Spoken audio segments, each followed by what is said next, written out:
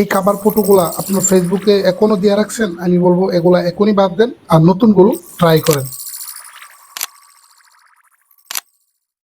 স্ক্রিনে যে ফটোগুলা দেখছেন, সেম কাভার ফটো চাইলে আপনি 1 থেকে 2 মিনিটে তৈরি করতে পারবেন আপনার হাতে থাকা মোবাইল ফোনটি দিয়ে। ওকে, গুগল ক্রমে আসার পরে জাস্ট আমরা একটা সার্চ বার দেখতে পাবো, এখানে জাস্ট আমরা ট্যাপ করব আর এখানে জাস্ট আমরা লিখে দেব টেক লাইন। ইন্টারফেসটা চলে আসবে আর এবং প্রথমে একটি ওয়েবসাইট দেখতে পাবেন টেক লাইনের। এই ওয়েবসাইটটিতে প্রথমে আমরা প্রবেশ করব।